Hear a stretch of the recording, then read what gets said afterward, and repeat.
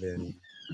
Hi, guys. It's Michael, and welcome everyone to the Pet's Journey. I'm your host, Michael Habik, and I'm so excited today. We have a truly special guest, Dr. Judy Morgan. Dr. Judy Morgan is an internationally acclaimed holistic veterinarian with over 40 years of experience. She's a pioneer in natural pet care, blending Eastern and Western medicine through acupuncture, chiropractic care, food therapy, and a best-selling author, educator, and advocate for minimizing chemicals in processed food and over-vaccination in pet care. Dr. Judy has transformed the way we approach pet wellness. She's been recognized as the 2024 Holistic Veterinarian of the Decade. Yay. And her dedication to empowering pet parents has made a lasting impact on the industry. I'm beyond excited to have her here today to share her journey, her insights with us. Dr. Judy, welcome to the Pet's Journey. It's an honor to have you with us. Thank you very much for the invitation. I'm happy to be here. So tell me a little bit about yourself. Do you like to introduce yourself a little bit to like anything I missed there? Did I miss anything? No, you pretty much covered it. It's not something I set out to do. It sort of happened to me along the way. You know, when life happens, you just kind of go with the flow. And here we are. And if you had told me 40 years ago that this is where my career would bring me, I would have said there's no way. Well, and that's why I call it the Pet's Journey. You know, it's like our journey. It's your journey, my journey. I'm the same way. I'm a designer here in Los Angeles, and I started volunteering for pet rescues. And every time every time we'd have the event, I kept hearing pet parents saying, this was 15, 16 years ago. And people would just say, God, I wish there was something else in Western medicine. I wish there was a holistic approach. And I looked and there really wasn't much out there. You know, what my company does is all Eastern Chinese medicine for pets. And so it took me 15 years to find my doctor to develop our formulas. And it's, you know, I never thought I'd be here either. So I'm happy you're here, you know, and I'm happy because you're making a difference in so many pets' lives. You know, what a difference you're making, right? Well, that's the goal, to change the lives of the pets, but also to change the lives of the pet parents. And because my main focus is food therapy, although I have my hands in a lot of different pots, but food therapy is really my thing. And it's amazing how many of my clients over the years have changed how they feed their families, how they feed themselves based on what they've learned for their pets. So it really is transformative across all species. And it's been a really fun journey. So before you got into the pet journey, where were you before? I just stepped even a little bit backwards. Well, I decided in 8th grade that I wanted to be a veterinarian. And it was because my riding instructor's daughter was an equine veterinarian, and she lived in Canada but came home for the summer to New Jersey. And my show pony was retired and very, very crippled. And even though I couldn't ride him anymore, we wanted to be able to turn him out in the field for retirement with his little pony buddies. And so she offered to do a surgery to take the nerves out of his front feet. And by removing the nerves, then they would be numb, and that would give him relief. And so we did the surgery right there at the farm, and she let me help. And that was the aha moment of, this is what I want to be and do. And so from 8th grade on, I was very, very, very single-minded, very focused. And that was back in the 1970s, mid 1970s. And at that point, it was very difficult to get into veterinary school. And it was still more of a male dominated field, whereas now it's a female dominated field.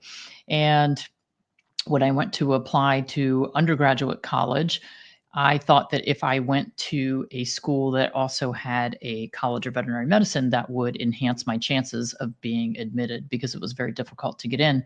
And what I found out was that was not true. And so I ended up going to the agricultural college in the state of New Jersey, and we at that time didn't have a veterinary school there. And the statistics at that point was 1 out of 13 applicants would get in. And so I was the one Oh, good. Yeah. school, that got in that year. And I did my undergraduate in 3 years. I was so focused that I just said, I've got to get done. I've got to get there. I've got to do this. And so I've never looked back, but I didn't start doing holistic therapies until about 10 years into practice. And I was very frustrated with practice at that point. And frankly, I wanted to quit. I was not happy with my job. I was not happy with the profession. I wasn't making much money. I couldn't pay my student loans, kind of like what's still going on in the veterinary field. Right. And it was really frustrating. And then I accidentally took a chiropractic course, didn't know that that's what I was doing. And it was called veterinary orthopedic manipulation. What's that mean? Especially yeah, come to find out, it means chiropractic. So once I did that, then my entire life changed because it made such a difference in my patients when I started using it that I thought there's got to be more out there. And so then I just started going in all directions, learning everything I could. So I studied essential oils and raindrop therapy and color therapy, sound therapy, homeopathy. And when I came across traditional Chinese veterinary medicine, that was what really hit my hot button. And so I started doing acupuncture, then I got into the herbs, and I was still doing the chiropractic, and then I learned food therapy, and that was it for me. And so I wrote my first book in 2014. The first one was published, and that's what really got me on the map, because when I wrote that book, I kind of wrote it on a dare, and I just figured out, I'll sell some copies to my friends, but then I had spent so much money getting it published, and it was a hybrid publisher. I spent so much money that I was like, well, now I have to actually promote this thing. I don't know how to do that. But I learned.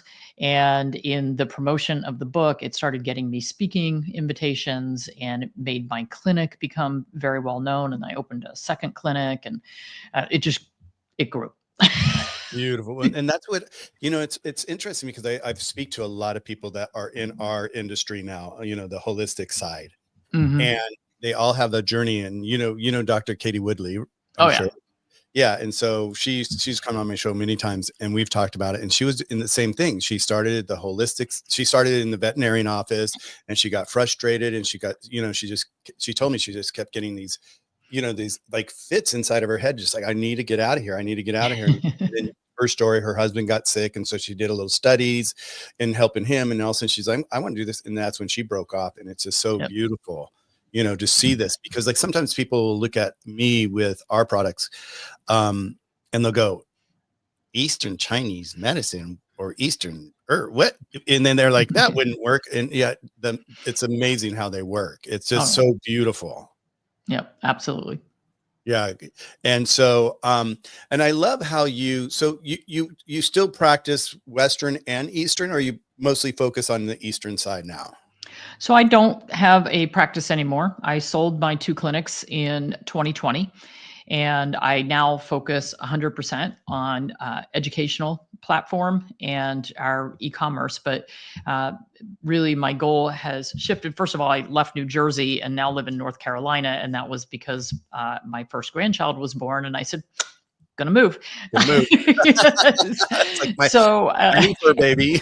Yeah, exactly. So the first 2-legged, and so that kind of prompted the move. But I was ready to retire. I had been practicing for 36 years. I was pretty burned out at that point. And one of the really interesting things with any kind of energy healing. So traditional Chinese medicine, acupuncture is really an energy healing modality, just like Reiki or craniosacral work. So many of these things that we do. I mean, even herbs have everything resonates. So the herbs, the food, the flower essences, everything that we work with has an energy that resonates. And what I found in practice, on days when my head was not in the game and I was just like, oh, I'm so burned out. I've got these chronic cases that are just, because once you get into holistic medicine, all of the medical chronic disasters show up on your doorstep because they've tried everything else. They've been to 7 different traditional veterinarians. Nothing has worked. So they come to you kind of as the last resort. It was much easier for the people who started out with, we're gonna start on this pathway and promote health instead of chronic, continually chasing chronic disease. Right. But you get so many of these chronic disease cases that it really wears on you, and it's really important to protect your own energy. Yep. And so I was having more of those days where it's just like my energy is not good.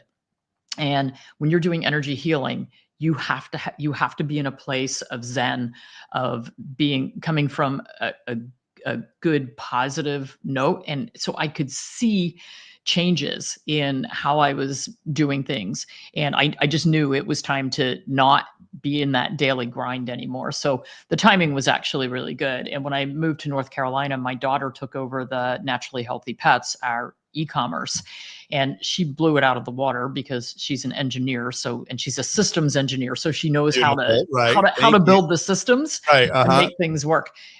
So she's really blown it out of the water, and it has allowed me to not have to deal with all of that daily stuff. And so really my focus is education and empowerment, because the more that we can educate pet parents, the more we can empower them.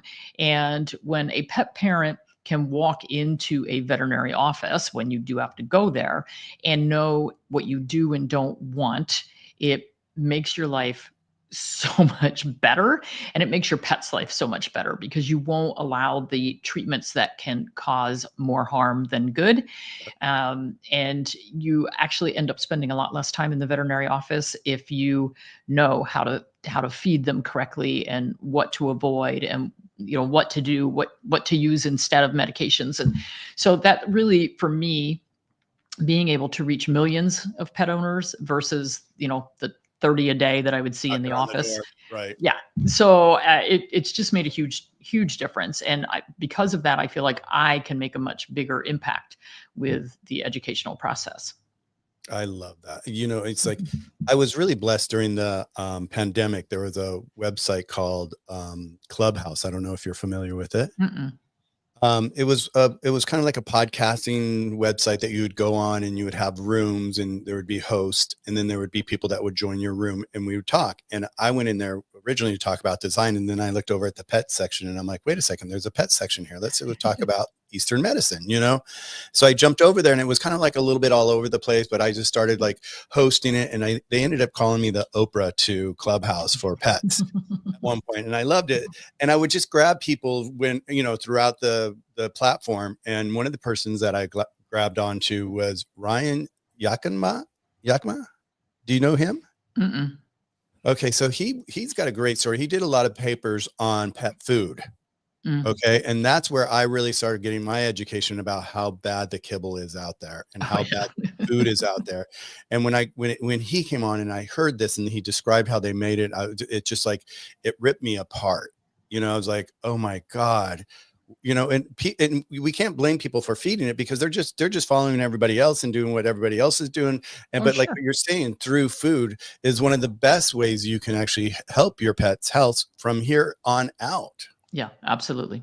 Absolutely. Yeah. I mean, it's the same with us. If we, when we're feeding those highly processed foods, like the kibble that's cooked at high heats multiple times over, it's basically devoid of nutrition, which is why they add in the vitamin, mineral, chemical mix. Yep. But if that is all that we ever ate, highly processed foods, our health would be horrible. And we see that. I mean, human health in America is horrible. We have an obesity epidemic in people and in our pets. And we have chronic disease epidemic in people and pets. And it really stems from the root of all evil is this highly processed food.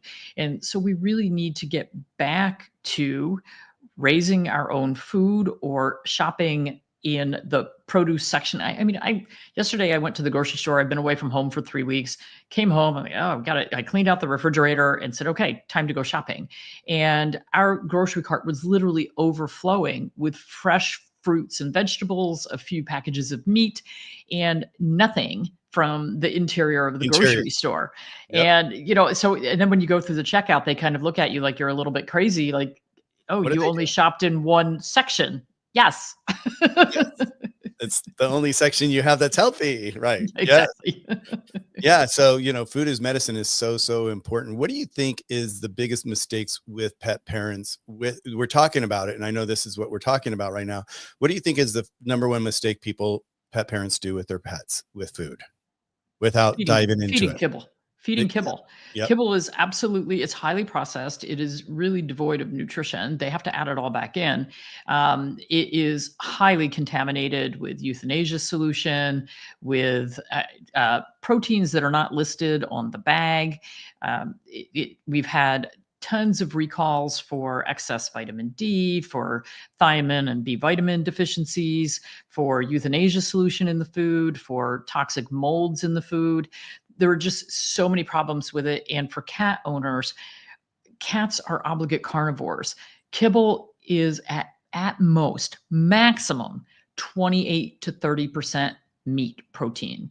The rest is all carbohydrates, and that's not what our cats are meant to eat. That's why we have so many problems with urinary tract infections in our cats. It's not even infections. They make crystals and they make sludge in their bladder Yep. because they're desert animals. They don't drink very much. Like my cats are on a raw diet. I never see them drink. They get all their moisture from their From food. food. Mhm. Whereas if you have a cat who's fed kibble, you're going to see them at the water bowl, and actually you should see them at the water bowl a lot more because they're not eating what is species appropriate. But we see the same thing with dogs.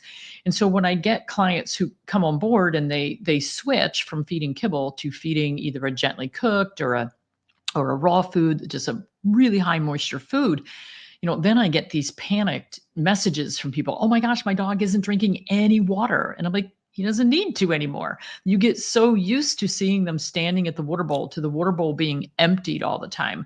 And then all of a sudden it's like, oh my gosh, look at that. And what you're picking up in the yard decreases in volume by about half, decreases in odor by about 90%.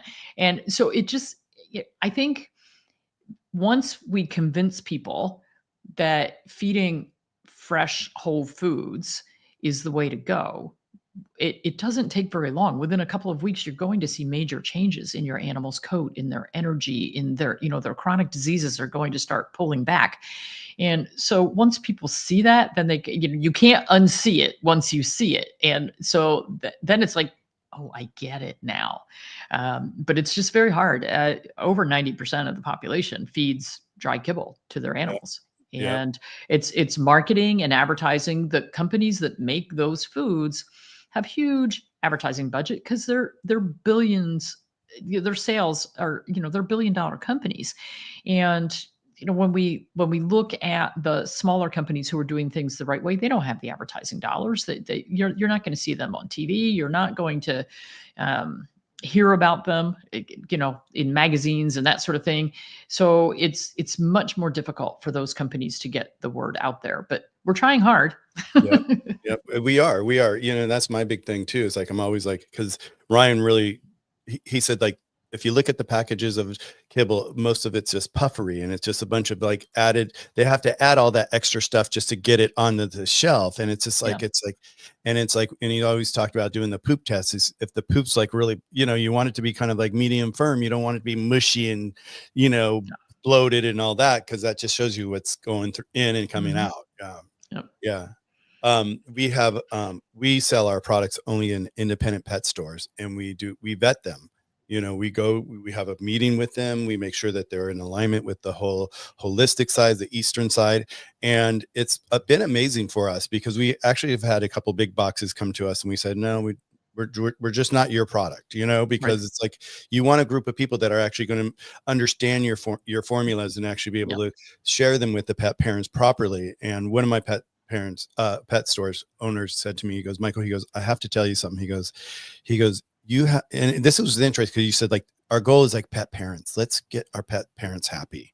Let's have them have a successful life with their pets, because, a lot of focus is on all the advertisements about the pets with all these companies versus the pet parent. Right. And one of my stores called me and said, Michael, I have to tell you, he goes, I can't believe what your formulas have been doing. Our pet parents are coming in and they're so happy. And he goes, and the weirdest thing, and he goes, I've never experienced this in the 30 years I've had pet stores. He goes, I've never experienced this where not only are our pet parents are happy, but my employees are happy because the pet parents are coming in and they're so excited. It's making them excited, and they know that they're making a difference. And that's the whole magic, is when we start to see it trickle down to the employee, we're onto something. We're making a difference. one of the other things I noticed that you talk about is, what about over-vaccination? What do you think about that? It's a huge problem. And, we've known it for years. Ron Schultz was one of the first immunologists who really talked a lot about it and proved that the core vaccines for dogs and cats probably last a lifetime once they have that, initial 1 or 2 as puppies and kittens. And yet veterinarians for years have been saying, oh, you have to come in every year, and repeating the vaccines, which it's sort of like, I love, somebody else uses this analogy, but it's sort of like you've got a full tank of gas. Putting more gas in your car doesn't make you go further. It just spills out all over the place and makes a big mess. And that's kind of what we get with the vaccines. They spill out all over the place and make a big mess of the immune system. And that is one of the reasons why we have so much chronic disease, because the vaccines are overstimulating the immune system when we keep poking and poking and poking. The other problem that we have seen for so many years is the one size fits all. So if you have a house cat who never goes outside and is never exposed to other cats, you have no reason to vaccinate them for feline leukemia. It's only spread by direct contact with other cats.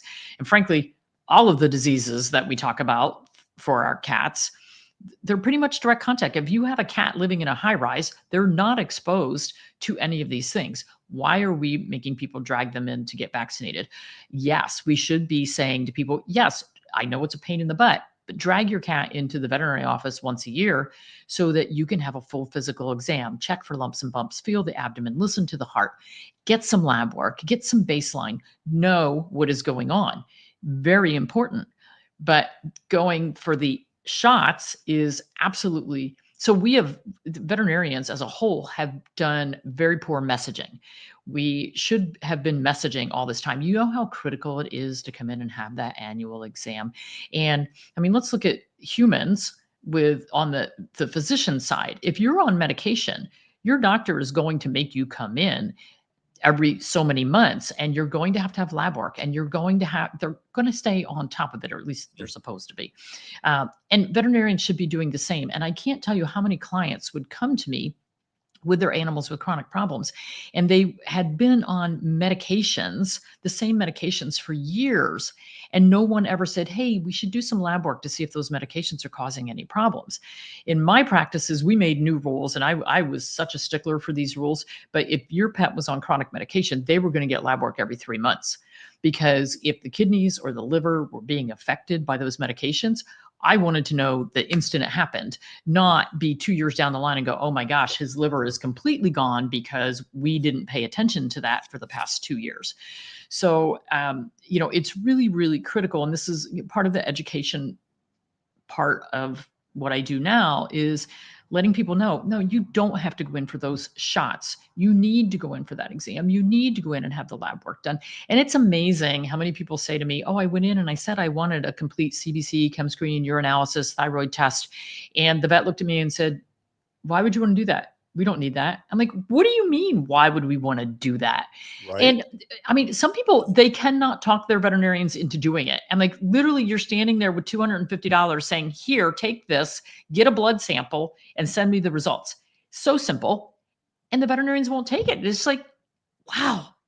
Like, And it's not that hard, folks. yeah, and what drives me nuts is, like, when you say this, it's on the other side. You walk in a veterinarian office just for just an update, just a check-in or whatever it might be. They want to give you all these other labs that have nothing to do with your pet, just to, because look at, what is it, Mars that just bought out all the clinics? Oh, Mars owns more veterinary clinics than anybody else. I mean, when that news, that was what, a couple of years ago that they. Oh, it's been going on for years. They also own all the imaging. They own the biggest diagnostic laboratory. They own 66% of the emergency and specialty clinics in this country. It is a mess. And the FTC has stepped in a little bit, but they really need to step in because they own the large majority, and it is not good for the veterinarians. It is not good for the pets. It is not good for the pet owners. The pricing is through the roof. And when you own 2/3 of the emergency and specialty clinics in the country, you can charge whatever you want because you're the only game in town. There is no other game. And so it's horrible. Like I know when I would take my dogs to the cardiologist when I was still in New Jersey, it was usually around $350 for their echocardiogram. The last one I had done was $1,000 in North Carolina, which is supposed to be cheaper in the South. Haha. Uh-huh. But, and I couldn't get a cardiologist in North Carolina. So I said, well, I'll drive back up to Delaware where my old cardiologist was. And when I called up, it was $1,100 per pet. Wow. Yeah. And that was in 4 years' time. So, we went from something that was fairly reasonable to something that is really out of grasp for a lot of pet owners. And so because of this, unfortunately, economic euthanasia has become a huge problem. And so, and the veterinarians, like I listen to their side too, because I'm in their chat groups, and, they're complaining, oh my gosh, they don't bring these animals in until they're on death's doorstep. And, we're supposed to save them. And why did they wait so long? Well, one, they can't afford it. Two, they're afraid when they do walk in the door, you're going to berate them and tell them, okay, we have to do $4,000 worth of testing or put them to sleep. People are afraid to walk in the door, and people don't have the money and they don't want to be made to feel guilty. So they're coming in a defensive posture. And so the veterinarians are in a defensive posture, and it's become just this horrible mix. And so again, this is why the education is so important, so that when you walk in, you can say, okay, this is what I need. This is what my budget is. Like, you need to know how to have that conversation. You need to be able to, there's nothing embarrassing about it to walk in and say, look, I only have $200. What can we do? What can we find out? What treatment can we do? Whatever. But the pet owner needs to be able to walk in and feel comfortable saying, look, don't tell me it's going to be $2,000. I know we have some things we have to deal with here, but this is what I can do. And then try to work together to come up with how you can manage that. The veterinarians complain if you go to an outside pharmacy to fill a prescription instead of filling it with them. Well, if they're marking something up triple and you can go to a low-cost pharmacy and get it for a third of the price, then that's going to help treat your animal. And so, both sides need to understand where the other side is coming from, and we need to meet in the middle, without making each other mad. Or crazy, right? Well, and you talk about that. You said earlier, like a lot of people, like with us, sometimes I see people come as the last resort. They're like, oh my God, this didn't work. And they come. I had a lady just the other day that, we have a product called Eat, and it's an appetite gut stimulant and balancing for the gut. And she's like, well, my dog's not eating. And I'm like, well, let's talk about what you've been doing, with your puppy that you got. And she had rescued the puppy, and she goes, well, at first and she was from the South. So I kind of throw in the South comes out of me when I say South, she's like, well, I just started, we were on table scraps, and she just loves the table scraps. And now I put down the kibble. She won't eat the kibble.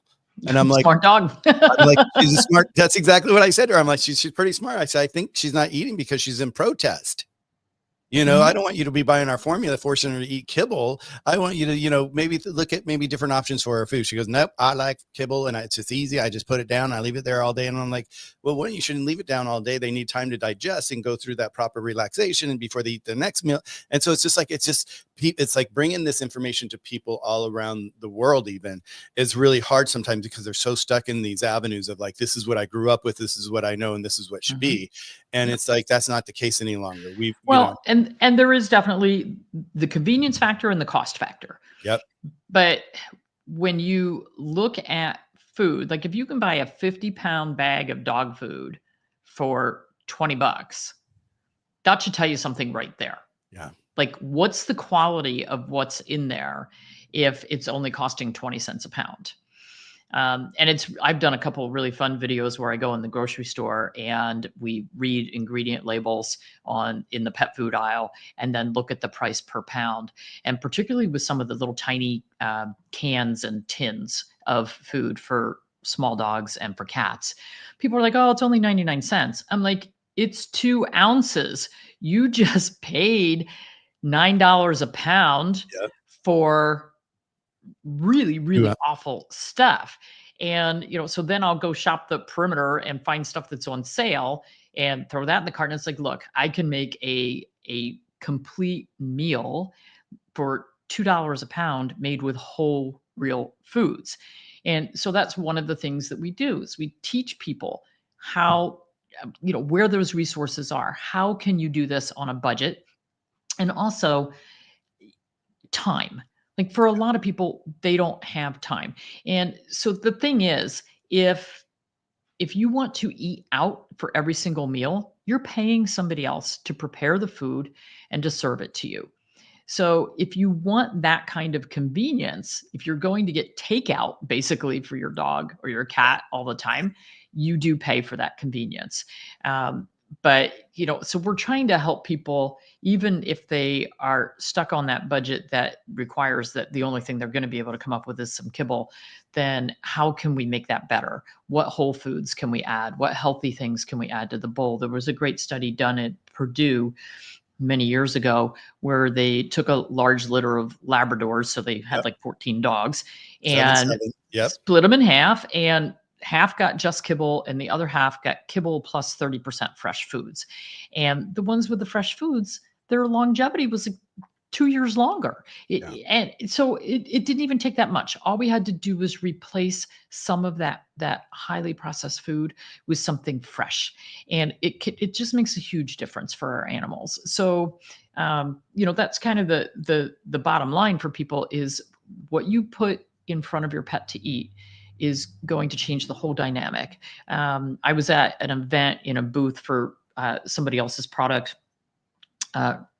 fairly recently, and the people working in the booth, most of them were feeding a very popular name brand kibble. And so one by one, they were coming over to me and saying, "Oh man, I just can't get rid of my dog's ear infections." I'm like, "What are you feeding?" And then they tell me, and I'm like, "Well, this is an easy fix, folks. I got an answer for you. Like, if we get rid of the kibble, I guarantee you the ear infections are going to clear up. You're not going to, they're like, every time I stop, I treat it with a medication, it gets better, and then I stop and it comes right back." It's like, well, yeah, because the inciting cause is still there. And so chronic allergies, chronic ear infections, runny, goopy eyes, chronic urinary problems, all of this stuff just goes back to the food. So by the time I finished my 3 days in that booth at that event, pretty much every employee of that company that I was with was going home to change their pet's food because they were realizing, oh my gosh, yeah, here we are. We all have these chronic issues with our dogs, and they all had a common denominator. Yeah. Yeah. Well, and even like with those chronic conditions they had with their dogs, like, they go to the vet, they get a medicine, put it in the air. It's a Band-Aid. It just masks it for a while. It's going to come back. But it's even like we look into the future of like, what are the devastating issues that are going to happen that are not just common little ailments that they're going to get? What is those horrible ailments that they're going to get later down the line? Yeah. And I mean, one of them, she said, "Oh man, I'm on a bit of a budget. I don't know if I can afford this food." And I said, "Well, how much does it cost every time you go to the veterinarian? They do the ear cultures, they do the ear swabs, and they give you medication." And she's like, "Oh, good point." She's like, "That's like a couple $100 every time I walk in the door. Sometimes it's more. If they do a culture, it's going to be $500. So she's like, "Yeah, I probably have $200 a month more that I can put toward food and not be spending it at the veterinary office. And by the way, then your dog isn't suffering with a painful, inflamed, goopy, itchy, smelly ear." Right. Yeah. So, once we kind of convince people to change the mindset, the problem with traditional medicine is it treats symptoms. Right. It doesn't look to cure a lot of times. It wants to treat chronic disease. I mean, look at the money behind medicine, whether it's people or animals. The money behind it is big pharma and big food. And what does big pharma want? They want to keep you ill so that you keep buying medication. And my dad had Parkinson's disease, and he was of the generation of, if the doctor said you needed it, you needed it, and you did what the doctor said. And he was on 30 different medications. And my parents moved in with me, and every time my mom would take him to the doctors, she'd come home and say, "Oh, they want to prescribe this." And I'm like, "You didn't fill it yet, did you?" "No." I said, good, let's go look it up. And so, we'd go look up the drug, and I'd look at the side effects, and I'd look at the interactions with the other 10,000 things that were on board. And I'm like, this is not a good mix. No. No. And so, it just, we have been trained to be in this mindset of there's a pill for that. And we don't want to be in the mindset of there's a pill for that, for us or for our pets. We want to be on the mindset of what's the root cause? What's the root problem? How do I get rid of that so that we can actually wipe this out and not have to keep dealing with it? Yeah. And so, like, with my dad with Parkinson's, it's very interesting. I had a client come in, and her dad had Parkinson's, and he, same story as my dad, and he couldn't walk, and he had trouble speaking, and he just was miserable. And this woman had more power apparently than I did with my dad, because she said, that's it. Like, we're done with this. And she found a naturopath, and they started all these supplements, changed his diet, and ended up with no medications. And she said, oh my gosh, he's like walking, talking, acting perfectly normal again. And I'm like, I wish I could get my dad to do that. But, the power of herbs and food and, energy healing, whether it's acupuncture, chiropractic, whatever we're using, the powers of those things are so strong. And now when we look at cancers, like with my animals, I had one that I allowed to have chemotherapy years ago, and it was enough for me to say, yeah, never again. It was just really awful.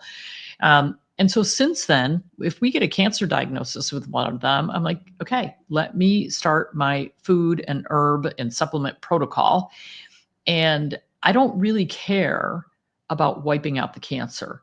I care about having the animal living a happy, non-painful life, eating and being vibrant.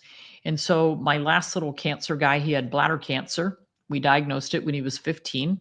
And I think he'd actually had it for quite a while when I diagnosed it, because his tongue turned toxic red. And I'm like, there's something bad going on. And it just took us a really long time to find it. So, because zero symptoms. And so I said, well, no, I mean, it's not surgically fixable. And I had clients that did chemo and radiation and all that. And I'm like, no, he's 15. I want this guy to be happy. And he passed at 17, and not from his cancer. So we kept it at bay. And when we did the first ultrasound, he had 5 tumors in his bladder. When we followed it up after being on the protocol for about 6 months, he was down to 3 tumors in his bladder. And I'm like, well, we're going the right direction here. This is awesome. And it never caused a big problem for him. And so that's the goal. Like, people hear the big C and they get panicky. Yeah. Like in my family with my parents and grandparents, like, you're not even allowed to mention the word. Right.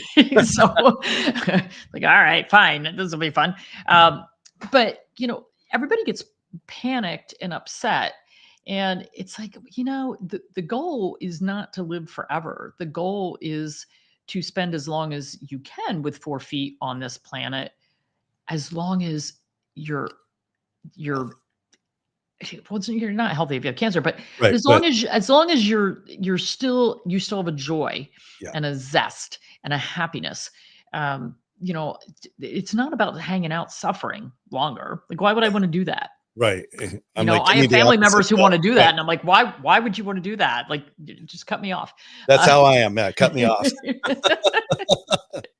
So, and I look at it that way for our animals. And I'm one of those people who I will never say never. I'm well, yeah, we can do something else. Well, let's look in our little bag of tricks. What else do we have? Okay, this isn't working. This herb isn't getting us where we want to be. Let's try a different combination, or let's look at something different. So that's the great thing about holistic medicine. There are so many tools in the toolbox. You just pick a different one. Well, when you started this story, you reminded me of one of our clients, a friend of ours. When we first started our company, he had a 15-year-old white lab, and he woke up one morning and she had blood coming out of her mouth. And he thought, oh, she broke a tooth chewing her bone because she loves her bones. So he ran her to the vet, and the vet did the test. And he's like, oh, Alan, I hate to tell you this, but she's got cancer, and it's all throughout her body. And, and Alan eventually goes, first goes, can we do radiation? Can we do chemo? And he goes like, no, it's past that stage. You just want to bring her home, make her happy. And he said she's got about maybe 6 to 8 weeks. And he's like, well, what do you think about Eastern herbs? My friends are starting this company. And he goes, well, we're as vets, we're not allowed to talk about it, but if they're your friends, thank God he said this, if they're your friends, give them a call. And he called us. And so we had him talk to Dr. Kyle, and we have a formula called longevity. That's this formula here. And Dr. Kyle said, give her twice a day. It's all Eastern Chinese medicine. And give it twice a day. And let's start her off and let's see how she goes. Well, within 2 weeks, she was running around like a puppy. And Alan's like, I don't see that she has cancer, almost, And like you said, and what we, how I look at it, it supported her immune system so strong that it just put it at bay. Like you said, it just kind of like, it didn't allow the attack to happen so harsh, Right. and she ended up living 1.5 years longer than the There you doctor at go. least expected, and it was like, and he did, what was crazy is like, he left for a vacation. He gave Maggie to his mom and dad and gave the longevity and said, okay, give this twice a day. They forgot about giving it to her twice a day. He came home and she had fallen backwards. She was just like, roar. He couldn't get her to move. And he's like, did you give her the longevity? And they're like, oh, we forgot. It was just, and it's like, no, it's so important to stay on, this regimen, give her that peace of mind and just be peaceful. So, yeah, so I agree with you 100% of what you're saying. It's like, we can give the quality of life, it's because like so many people nowadays, like doctors, like, oh, you want to euthanize your pet, so quickly. And I'm like, no, stop, wait, let's, so It it is really should not be the first option. right. But When they do I that, will tell you, because traditional veterinarians have zero knowledge basis for the alternatives, um, an awful lot of them don't believe in it, don't think it's going to work, and they get mad. And I see this in their chat rooms. They get really angry with clients who want to take their pets home and try something alternative. yes, Because they're like, oh, they're just taking them home. They're going to suffer, and it's going to be a long, painful, horrible do you death. And know it's what you're like, doing to your pet? right. And like that dog, it's like, or like my dog, it's like, no, he didn't suffer a long, painful, terrible death. He had two high quality bouncing, running around playing. I've got Yep. this 17-year-old. I've got videos of him doing his bounce through the house. And it's like, yeah, that's not a dog that's suffering. I think he's doing pretty well. But they don't have any knowledge of it. And to them, it's funny. When I wanted to go out on my own, a clinic came up for sale that was 5 miles away from the clinic that I was working in. And I got the realtor, for some reason, sent me the notice that this clinic was coming up for sale. And the person that I worked for did not get the notice. And I was like, oh man, I've been here for 5 years. I've got all these clients who follow me. That would be so awful to go open up 5 miles down the road. I didn't have a contract that I couldn't do it, but I just morally said, oh, that would be terrible. So I went to him and I said, hey, I just got this notice. This clinic is 5 miles down the road. We're bursting at the seams. I think we should go look at this. We should buy this practice. And then, we'll just have 2 locations. And so we did it. And we worked together. We were co-owners of the second clinic for 10 years. And at that 10-year point was when I was really getting into the acupuncture and the chiropractic and doing all these other things. And it was funny, when we bought the clinic, the guy that we bought it from was a homeopath. So it was a homeopathic veterinarian. And we used to joke about this guy practicing voodoo down Right. in this building that we With bought. this little tub mixing, right? Yeah. So here I am. I'm now getting into all of this stuff. And my partner was like, I have no idea what black magic you are doing down there. I don't understand it. I don't want to be a part of it. I just want to do my traditional medicine. And he said, it must be something in that building, like the voodoo just seeped into Right. you. The energy. And, Right. and I'm like, listen, I don't know what it is, but this is working and this is what I want to keep doing. And so I bought him out, and we parted very good friends. We still practiced 5 miles apart. We had clients that still went back and forth between the two. And it ended up working out great. But the traditional vets, they're just like, I don't know what you're doing. It's voodoo, black magic. I don't want to have anything to do with it. And it's like, okay, that's fine. You don't have to have anything to do with it. But I will tell them that this is what clients are looking for. The Yeah. majority of people, like we have a friend with a company that just did a huge survey asking people what they were looking for. And about 90% of the responses, when they were asked if they would prefer a veterinarian who used more natural therapies than medication, about 90% said yes, they would prefer the natural therapies. So I think that unfortunately, the pharmaceutical industry has such a huge influence on the veterinary profession, but I think that the veterinarians are going to have to open their eyes and open their minds, because that's what people want. Well, I am seeing that with the younger veterinarians that are coming out of school right now. A lot of them are studying the Eastern side, the natural side. And I'm seeing that a lot of them are gravitating more towards those clinics and going towards those clinics. Do you see the same where the newer vets are coming out? What do you think? Oh, you're laughing at me. Well, so I was just at the NAVC. It's the biggest veterinary conference in the country. And many veterinarians came up to talk to me, because when you're the holistic veterinarian of the decade, people kind of like, what the heck's that about? And a lot of all ages, but a lot of younger veterinarians, but all ages coming up to me, and they're a lot of them have an interest in doing more natural therapies, or kind of branching out a little bit, but they're all stuck working for these corporate clinics where Yeah. not allowed. You can't even talk about that. We're not doing that. And they're very frustrated. And so I get at least a couple times a month veterinarians contacting me and saying, I don't want to do what I'm doing anymore. How do I do something Where different? do I start? Right. Right. Where do I start? How do I do what you have done? And part of the problem is, they're coming out of school $300,000 and $400,000 in debt. Yeah. And so what they've all discovered is, if they do vaccine clinics, which is absolutely the worst of the worst thing to be doing if you want to be holistic. So vaccine clinics pay them a ton of money. And being a relief veterinarian, where you go to you're sort of the substitute teacher, or you only work one day a week at 5 different clinics, Right. they get paid a lot more to do that. And they don't have the responsibility of the long-term chronic problems. It's like, I saw that client today. I may never be back in this clinic again. So it's not my problem. I can go home and sleep at night. I don't have to worry about any of the long-term stuff. And so part of the problem is, like, I keep saying to them, look, if you want to do acupuncture, food therapy, chiropractic, you don't have to have a big hospital. You don't have to be, investing $200,000 in x-ray equipment. You don't have to have a surgery room if you don't want to. Leave that to the traditional Yeah. clinics. Just hang out your shingle and say, look, I do something different, and it's not going to cost you much, or do it as a mobile clinic. But they're too scared to step out on, and not everybody is meant to be, I say this with the mindset of an entrepreneur. Not everyone is cut out to do that. Like, my cousin is probably one of the greatest HVAC and plumbing guys I have ever met.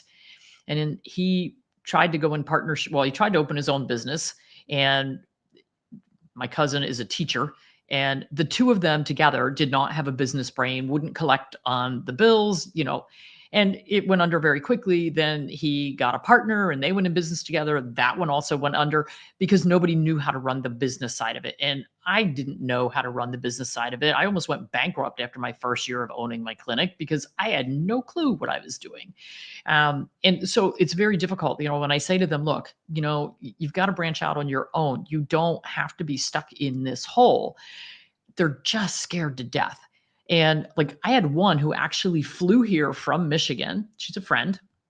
And I said, come to North Carolina.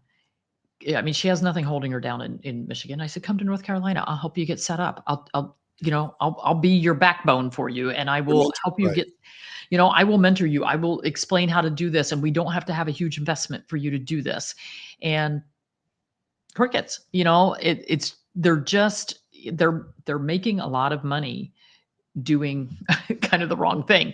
And it's just so hard to break that cycle. And a lot of them can't pick up and move. They've got family, they've got, ties, and they can't pick up and move. But it's going to require a a change in the profession. We're at a crossroads, and it's not a good one right now. Yeah, I see that. I think being here in California, we have a little more, awareness with the kids coming out of veterinarian school that they do want to do more of that. And I think because I'm here in California, I hear more of that. But across the states, I hear exactly what you're talking about. They're so afraid to leave the clinic. They're so afraid of breaking out of that mold. It's the interpretation. I always like to share this with my guests. I always believe like we have a physical body and we have a spiritual body. And when the most important thing is those two have to be in alignment. And once they're in alignment, we do this. And so it's like, I live my life in alignment as much as possible. Sometimes I'm out of alignment and it's not good, but it's like, yeah. right. You were like, oh, what the hell, but it's like, I see these, I see some of these kids here in Los Angeles, especially that they're like, oh, everybody's screaming for holistic. All the pet owners here are screaming for holistic. And, the pet stores that have our formulas, they can't believe how well because they'd never had it before. We were new to the market to have a whole collection from the 9 top issues that pets have, and they're doing so well with it. And even my pet stores, they're a little dumbfounded. Sometimes they're like, I just can't believe this works, and, we've gone into pet stores sometimes where the staff is so like locked into that mindset that we were talking about, like the veterinarians are, that, it's got to be this way. It's got to be this way. That when we walk in, they look at us like we're like from Xenu or, some other exactly space, agency. And they look at us and they're like, what's this? And, and you look at, I mean, I think it's backwards, but if you look, it's like, you see how many different herbs that are just like in this formula, and they sit there and they're like, what, how can that help? And I'm like, right. You know what? The Eastern countries, they've been doing this for thousands and thousands of years. That's the thing. It's been working for a long time. And it's interesting, when I went to China to study, there you have 2 choices for people. If you're sick, you can go to the traditional Chinese medicine hospital, or you can go to the Western medicine hospital. We got to tour one of the traditional hospitals, and they got hundreds of people lined up on their little cots, all getting their acupuncture done. So it's very, very cool. But unfortunately, the mindset in the veterinary field, for the most part, is that this stuff doesn't work. And those of us who have seen how well it works, it's kind of like, wow, just open the mind a little bit. That's why I have my platform, and I have a ton of veterinarians who follow me, which is actually really cool. And we're having a big event in Orlando, the International Naturally Healthy Pets Experience, in May. And we have a lot of we are encouraging pet owners, but also veterinarians and veterinary students to come. We gave scholarships to a bunch of students to come to the event because we want to expose them. That's kind of one of our big goals this year, is to expose the students so that they understand that there is another way that they can do things. And we're actually having, during the event, we have a vet meet and greet for the students and the lecturers and the other veterinarians that are there, so that they can, really have a meeting of the minds and get some more clarity on, this is what I want to do and this is how I can do it. Well, and it takes people like yourself having this platform, like Katie Woodley. There's like, I've worked with so many of them, spoke with so many of these people like yourself, that it's just like, I appreciate what you're doing, because it's, when you first started, it was such a uphill battle, and it's still an uphill battle. Yeah, it is. It's funny, on the wall across the room here, I was on the front page of Veterinary Practice News back in, the mid 90s. And the article, it's a picture of me doing acupuncture. It's a big newspaper article. And it says, you were holistic before it was cool to be holistic. And, again, I didn't set out to be that. It just, I discovered it and it was working. And so I just kept getting more and more and more into it. And with our clinic, we were integrated. So, I did a ton of surgery. I love surgery, did tons of diagnostics. And we would have a small percentage of clients who would just walk in and say, yeah, I don't want any of that voodoo stuff. Just give me a pill. They would make me a little like, I could fix this, and it's like, okay, I'll give you the pill. It's not going to solve the problem. You'll be back. or you're in the wrong place. Maybe you want to try the clinic up the street. But the majority of the clients were pretty holistic. And then, I always say there's a time and a place for drugs or Yeah. surgery, or I'm not an anti-vaxxer. I'm a realistic vaxxer. I'm not anti-drug, but like the overuse of antibiotics is crazy blown up, and that's why we have so much antibiotic resistance in this world. So overusing antibiotics on our animals is not only affecting them, but it's also affecting us. The overuse of the flea and tick chemicals, well, every single river in Europe is contaminated with fipronil. It's when we test the hair of children in France, they come up with all these flea and tick chemicals that's embedded in their hair because it's in the water. And so, we are damaging our environment, we're damaging our children, we're damaging the world. And I think that I don't think you could talk to any veterinary student who would say, I just want to go out there and make the world a worse place. I don't think anybody believes that. And I think if they really understood the damage that's being done, they would definitely look at things differently. Yeah. Wow. That just, when I hear that, and I know that where our grounds are just getting filled with all these chemicals, and it's, from all industries, and it's just horrible. And I've always said that, it takes a team. We need a team, and a vet is part of our team. Where, we never say, get rid of your vet, no, Right. your vet is needed. That's a team Oh, player. yeah, When the absolutely. time's right, you need him. What Mhm. we do is not going to help you. If they break their bone, our formulas are not going to help you. You need to go to Not your gonna vet. fix it. Not going to fix it. Um, I know we've got a few minutes left here. I got two more questions for you. Advice for pet parents. What would be your advice for pet parents that are like looking at this going, what, maybe I might want to find out more. What would be your advice for someone just stepping into this for the first time? Get educated. So, I mean, there's a handful of us very outspoken holistic veterinarians. Dr. Katie Woodley is one of them. Dr. Karen Becker, Rodney Habib, who's not a veterinarian but has the largest platform for pet parents, looking at things from a more holistic standpoint. I've got my 9th book is just about to come out.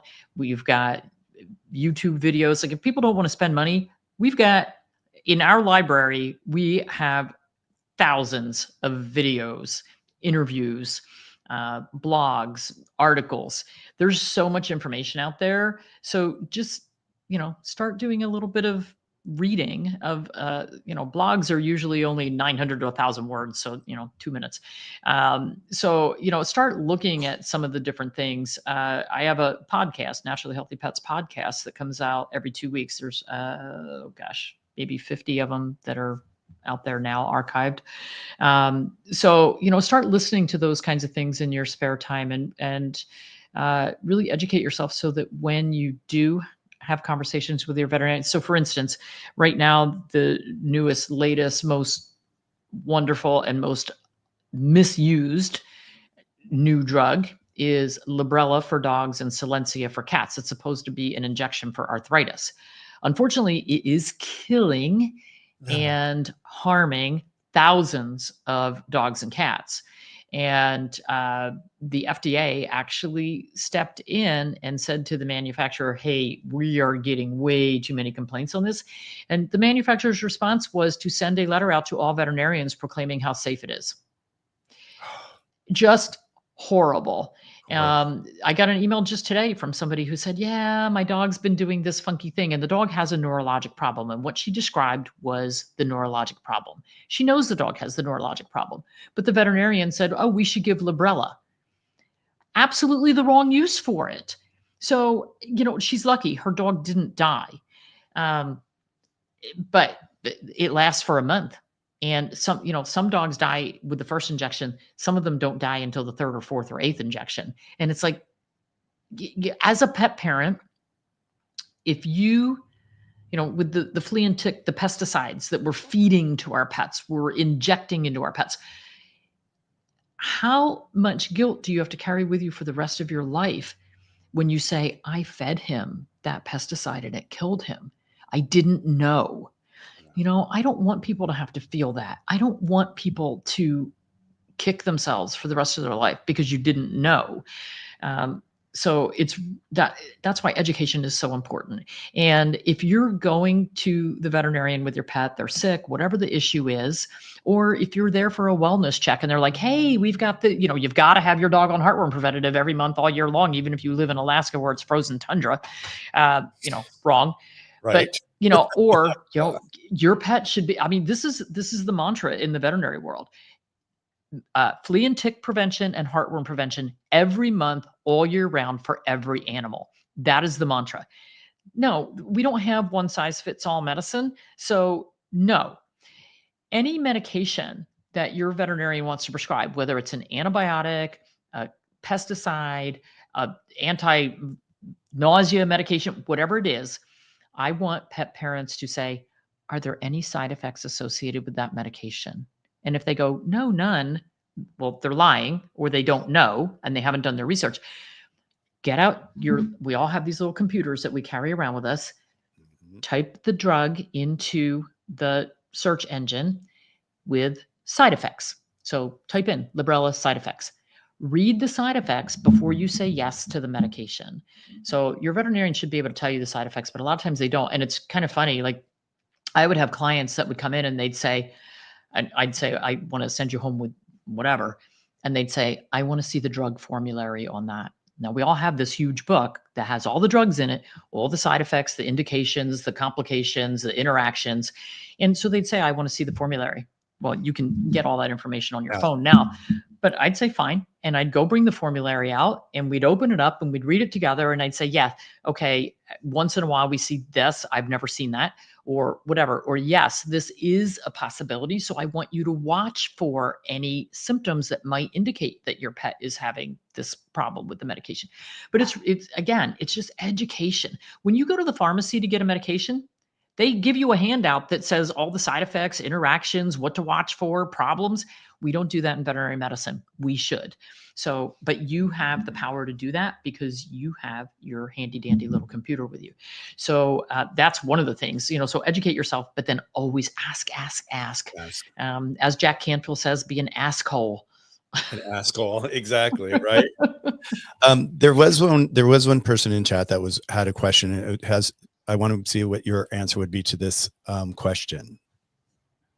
I live in Canada. And she says it was months ago. So it was probably during the summer because viral problems like parvovirus. So in the winter, we see respiratory viruses being a problem like influenza and that sort of thing. Just like for us, we have our... Right, exactly. And then in the summer, we see the digestive problems because it's associated with the heat. And so parvovirus is really a disease of, a deadly disease of young puppies or very old. And that's because their immune system isn't working well. So a healthy animal with a good, well-functioning immune system, they're going to get some vomiting and diarrhea, but they're going to be just fine. What happens, and parvovirus is interesting for me because I graduated from veterinary school in 1984. Well, we kind of discovered that parvovirus was a thing about 1983. And so I was in clinics at the time and we had isolation wards full of dogs with parvovirus, bloody vomiting and diarrhea. It smelled so bad. Parvo has a distinct smell. And so we had dogs dying right and left, and there was no vaccine for it. So they actually used a cat parvovirus vaccine to start vaccinating the dogs while they were developing it. And it solved the problem. And then parvo vaccine came around. But again, if you have a dog that gets a parvo vaccine, it should last 5 to 7 years or longer. So they don't need to get it every single year. When we get these big outbreaks, it's usually because we either have a new strain of the virus, something has changed just a little bit, or we have a large naive population of a lot of, so there is this herd immunity. If you vaccinate enough, then the virus kind of dies down because there's just not enough to keep spreading it. Right. So, we get outbreaks. So like when I was in New Jersey, there was a lepto outbreak that made the news. It was, big deal. The outbreak was 4 cases, 4. But this was a chance for veterinarians to send letters to everybody saying everybody has to come in and get a lepto vaccine. So one of the clinics near us, they had a drive-through vaccination clinic. You didn't even take your dog out of the car. There was no physical exam. There was no discussion about whether the dog was healthy enough to get a vaccine. And lepto is one of the most reactive vaccines. And they did 2,000 dogs in a couple of hours in their parking lot. And I'm like, that was a PR stunt. That was Totally. ridiculous. And so that's part of the problem. And she wants to know if it's caused by dog parks. Well, just like any viral disease, like why do we have respiratory outbreaks with us and with our animals in the winter? Because we're all crowded inside. So is it it's not caused by the dog park. It's caused by somebody bringing a sick dog to the dog park. Exactly. And actually, that's my newest book that's just about to be released, is about holistically keeping your dogs healthy enough for group play. It's called Naturally Healthy Dogs Unleashed, and it's about having healthy dogs in group play so that they don't come home with all kinds of issues and problems, and how you as the pet owner can contribute to making it a safe space, and how the owner of the dog park can contribute to making it a safe space, because it is a huge issue. Most veterinarians hate dog parks. I used to hate them. I still hate the bad ones. If you put up a chain link fence out in the middle of a hot, Desert, sunny right. field with a bunch of dirt, that's not a good dog park. So be very choosy. Yeah, I actually, when I was doing the clubhouse, I'd done over 400 rooms in clubhouse, and I, slowly trying to upload those rooms because I had such great people. One of the ladies I had on there was Beth Zimmerman, and she's in the East Coast, and her concentration is making healthy dog parks. And that's her dream. And that's what her passion is. And she's just out there, and she's going city to city saying, let's change the way dog parks are, Exactly. today. Yeah. Yep. So yeah, I love that. I personally have a really quick question for you before I ask you my last question, if you're okay with it. People always ask this question to us. What about vaccinations, or not vaccination? What about getting your dog spayed or neutered, or your cat spayed or neutered? At what month point now? Because that's changed the last few years. We keep hearing, oh, you shouldn't do it before this time. And before, they used to do it like within so many weeks or something like that. What's your thoughts on that? So cats are totally different from dogs. They're not small dogs. Cats are a bigger problem with mammary cancer. So we do recommend spaying and neutering cats between 10 and 12 months of age. Most people can't stand the smell of male cat urine, unneutered male cat urine. So that's one of the big reasons. You have to neuter your cat so he doesn't spray. That's a bunch of malarkey, because I've got spayed females who spray everything. So that's not the reason we're spaying and neutering. But for the female cats, they are really prone to mammary cancer if they're not spayed. So we do recommend getting them done. But I do like to let them go through some heat cycles. And they'll usually start that at 6 or 7 months, but somewhere around a year.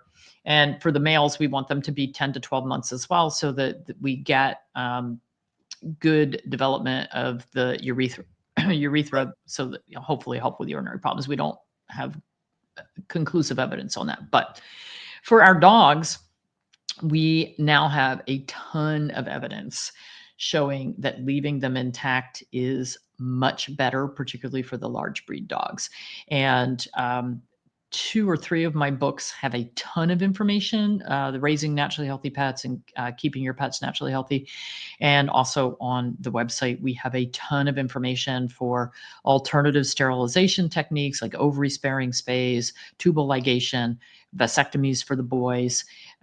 Not all veterinarians will do those, but there is something called the Parsimus Foundation. Our veterinarian, I don't have a license in North Carolina, so we go to a veterinarian. And we told her we wanted to have a vasectomy done on my daughter's large breed dog, and she had never done one. And I said, well, go to Parsimus Foundation, watch the videos. We'll come in and we're going to film it. And she was great. Like, Oh, she had beautiful. never done one, and she was so brave and so sweet and wonderful, and had me watching over her shoulder, and she did it for us. So, veterinarians can learn to do it. It's some of them don't want to. They're starting to teach the ovary sparing spay in some of the vet schools, but for cancer prevention, for arthritis prevention, those hormones are actually really, really, really important.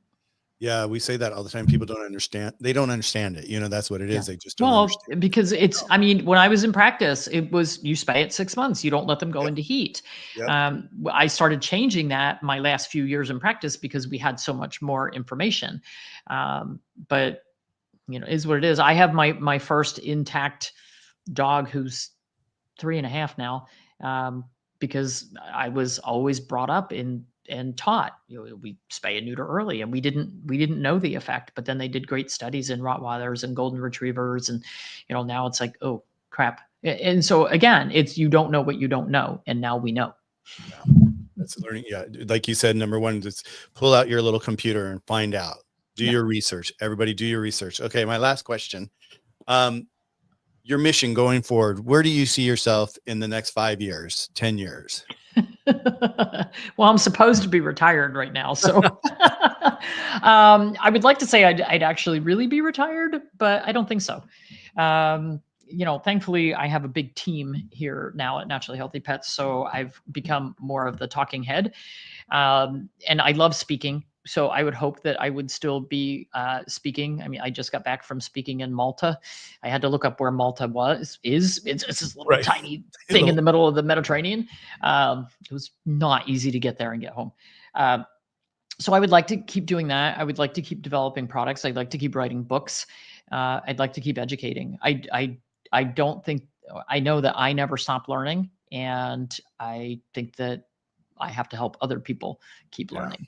Yeah. So I kind of don't see a whole lot of change. I have a 23-acre farm with a bunch of animals.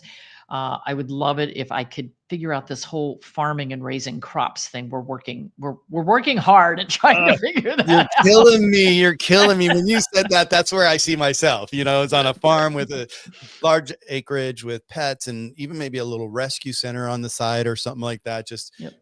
but like a free rescue center in a Yeah, sense. I'm one of those people that, yeah, all of our animals are rescues except for the chickens. And I'm one of those people who doesn't worry about the price of eggs.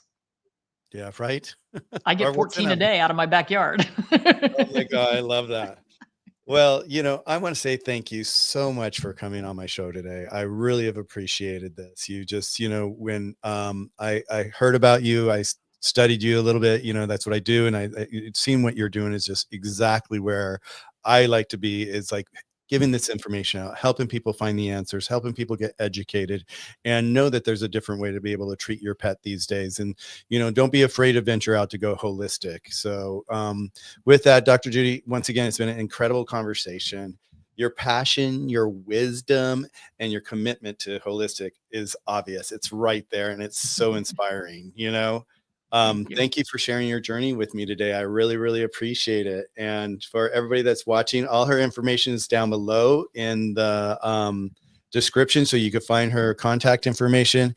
And once you get your next book out, is the natural, what book is that? The Natural Healthy. Well, so the ones that, for people who are just starting out in the holistic, venturing out, raising naturally healthy pets is going to be the one that will be the most beneficial. People who are already doing a little bit of holistic stuff, but they're, for instance, they have a dog with thyroid disease, Cushing's disease, diabetes, whatever, keeping your pets naturally healthy is sort of the little Bible on that has traditional treatments versus alternative treatments. And so there's a lot listed in there. I have quite a few cookbooks for dogs using traditional Chinese veterinary medicine.